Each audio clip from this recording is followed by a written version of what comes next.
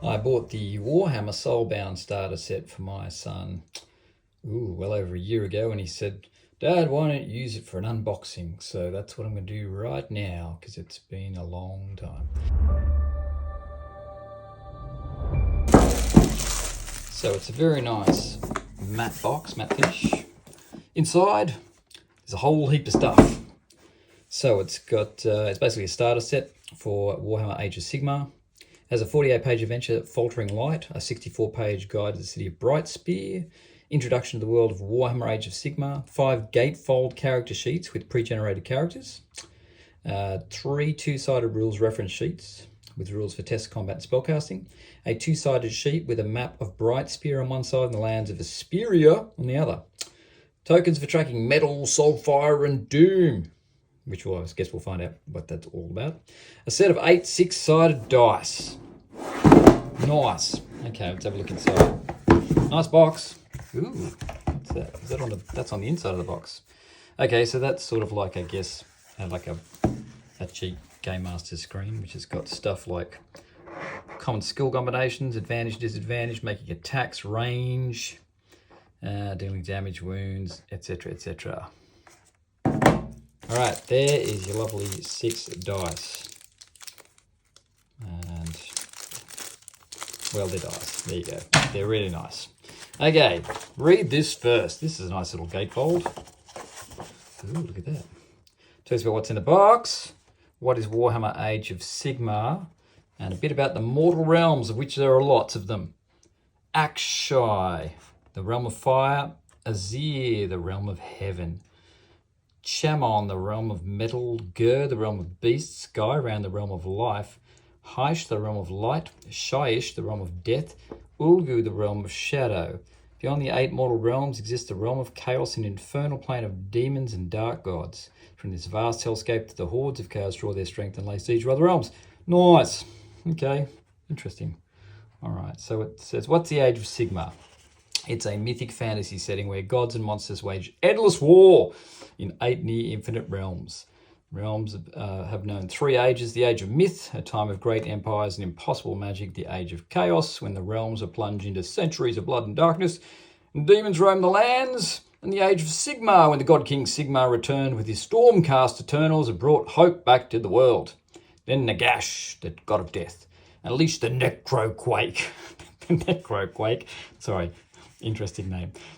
Demons and undead now roam the lands, and nowhere but the great cities of Sigmar are safe.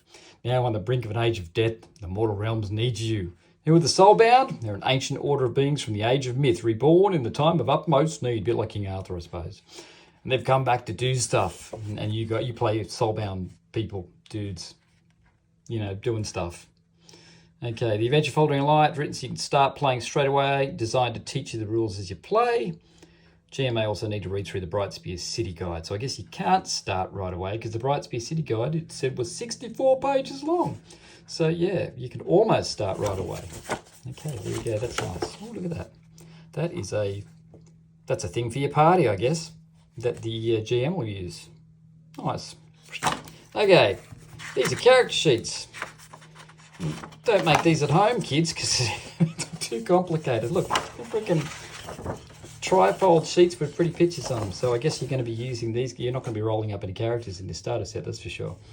But that's nice. It's nice. I have seen these in other ones before. They've got them in RuneQuest as well, and they've also got them in other Warhammer games.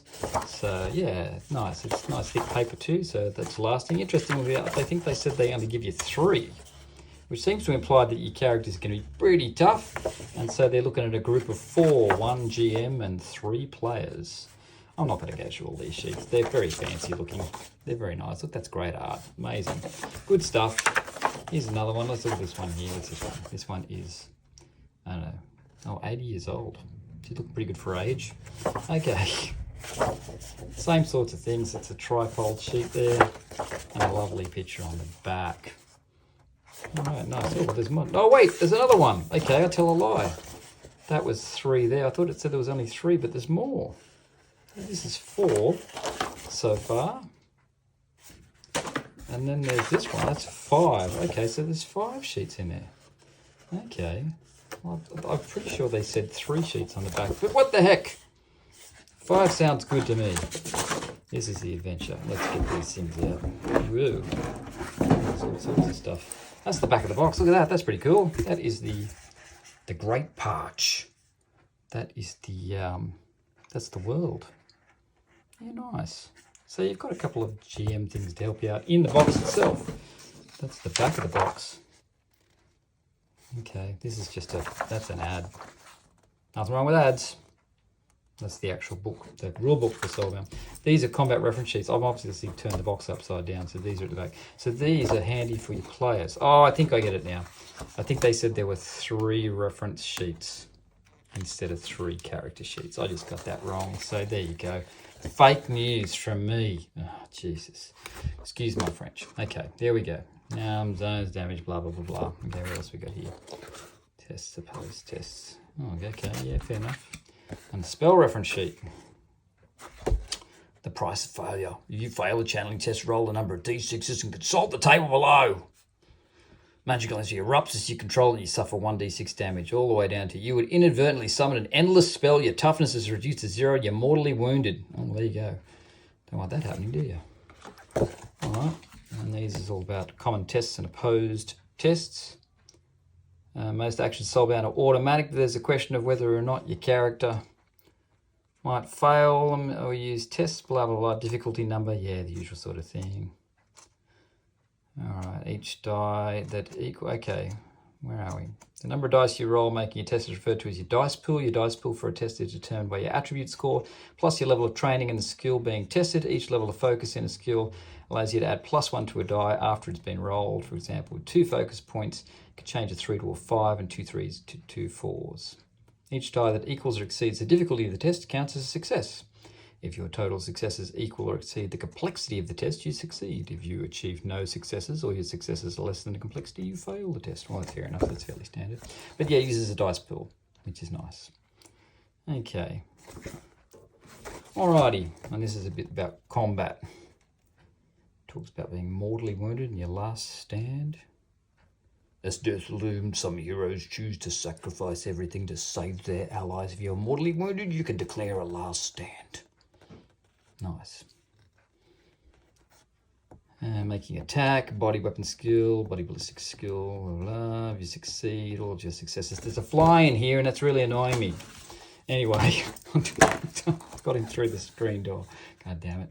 Okay, this is the city of Brightspear. This is a map. Oh, and on the back is all the different lands and stuff. That's a cool map. I like cool maps. Nice. Okay, oh, okay, that's also on the back of the book. There's the Brightspear City Guide. Comprehensive guide to the city of Brightspear. Which is a big circle. Nothing wrong with that. Ooh, I'm going backwards. I should go from the front, shouldn't I? There's too much of this to actually linger on, but obviously there's a lot of stuff in here that you would need to read to be familiar with the city of Brightspear. Gives you a whole lot of background lore. My son loves lore. He's probably going to read this and not bother reading the rules because he doesn't like rules. Doesn't like tabletop role-playing games. I bought this for him because it was Warhammer and he loves Warhammer. Here we go. Oh, a Spear of Heaven, blah, blah, blah. Yeah, there's loads of lore in here. Man, he's going to be in freaking lore heaven. He's always quoting lore to me, Warhammer lore.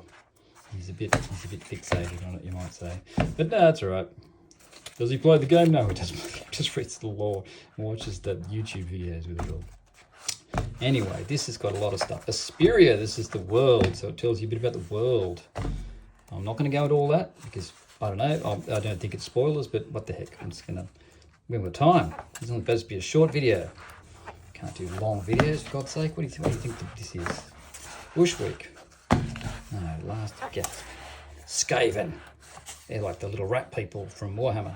So they've got them all through the Warhammer universe, multiverse, whatever you want to call it. Silence of the Flame, the Trophy. All these are like adventure seeds. Slaves to darkness. Burn it down. Nice. Okay, that's it. That's good. That's pretty good. And these are, oh shit, I've just dropped them, dropped tokens everywhere. All right, these are your hope and all the other, oh, I dropped them on the floor too. Jeez. Get with it, Steve. What's going on? All right, chuck that over there. Oh man. Okay, so you use those in the game. And this is Faltering Light, the adventure. Let's see that. It's lovely. Lots of role-playing game. City guide. Core rulebook. Crash and burn. Blah, blah, blah. Rolling dice. The restored city. So I'm not going to spoil this, but I am going to go through it just to show you what some of the art's like. And so it's pretty cool. It's good. It looks like it's a fairly long adventure. There's a fair bit of stuff to do in it. Oh, a dungeon crawl, of course. Deaths of the Undercity. Down you go. And do stuff. But like I said, I'm not going to linger on this because it will spoil it all for you, and I don't want to do that because you know I don't like spoiling things. What's this? Zones and movement. And zones in other games as well. Zones are a way of where you don't have to use, specific grid measurements and stuff. So you just say, oh, this zone is far away or closer or whatever, that sort of thing. And you move from zone to zone. Makes it a bit easier for the GM in some ways. Okay, I've just spoiled it a bit there because I showed you what that... just pretend you didn't see that bit there. Allies and enemies, once again. Oh, the stat blocks are pretty neat, pretty short. They seem to be very similar to, the Warhammer stat blocks, basically. Well, a little bit different from Warhammer. Okay, I'm not a Warhammer expert, so I shouldn't even say that. So forget I said that. They're not even like Warhammer. I don't know. Forget that. All right, weapon arm traits, conditions. Lots of similar conditions to D&D type stuff. Environmental traits and weapon and armor traits. Well, that's very nice. Aside from the fact that all of the counters fell out of the... I think that's fine. The Bright Spear City Guide is beautiful. The art is amazing. It looks really good. There's lots of little resources in here. So, if you're going to be starting out playing this game, I know that the rulebook itself is phenomenally expensive. So this might be a good way to start if you're looking to get into Warhammer Age of Sigmar. There's bits. I've got tokens everywhere. Sorry, tokens have just gone everywhere. There's the sheets. Okay, I'm not going to put this box back together. There's the dice. Fantastic. That's really good. I really like that. There you go. That is the Soulbound starter set. Is it worth the money? Probably. It depends on how much of a Warhammer fan you are. If you're a massive Warhammer fan, you're going to love this sort of thing. If you're looking for a brand new world with lots and lots of lore, you'll love it as well. If you like dice pool games, as opposed to D20 style games, you're really going to like it. If you're looking for something different from D&D, which has a fantasy flavour, but that sort of ties into the Warhammer sort of 40k lore as well. Not really, but sort of, you know what I mean? Like it's got similar species and races and stuff like that. Then you'll probably enjoy it as well. I mean, if you're a huge Warhammer nerd, you'll probably be into this already anyway, so I'm not telling you anything new. Anyway, I hope you enjoyed that unboxing.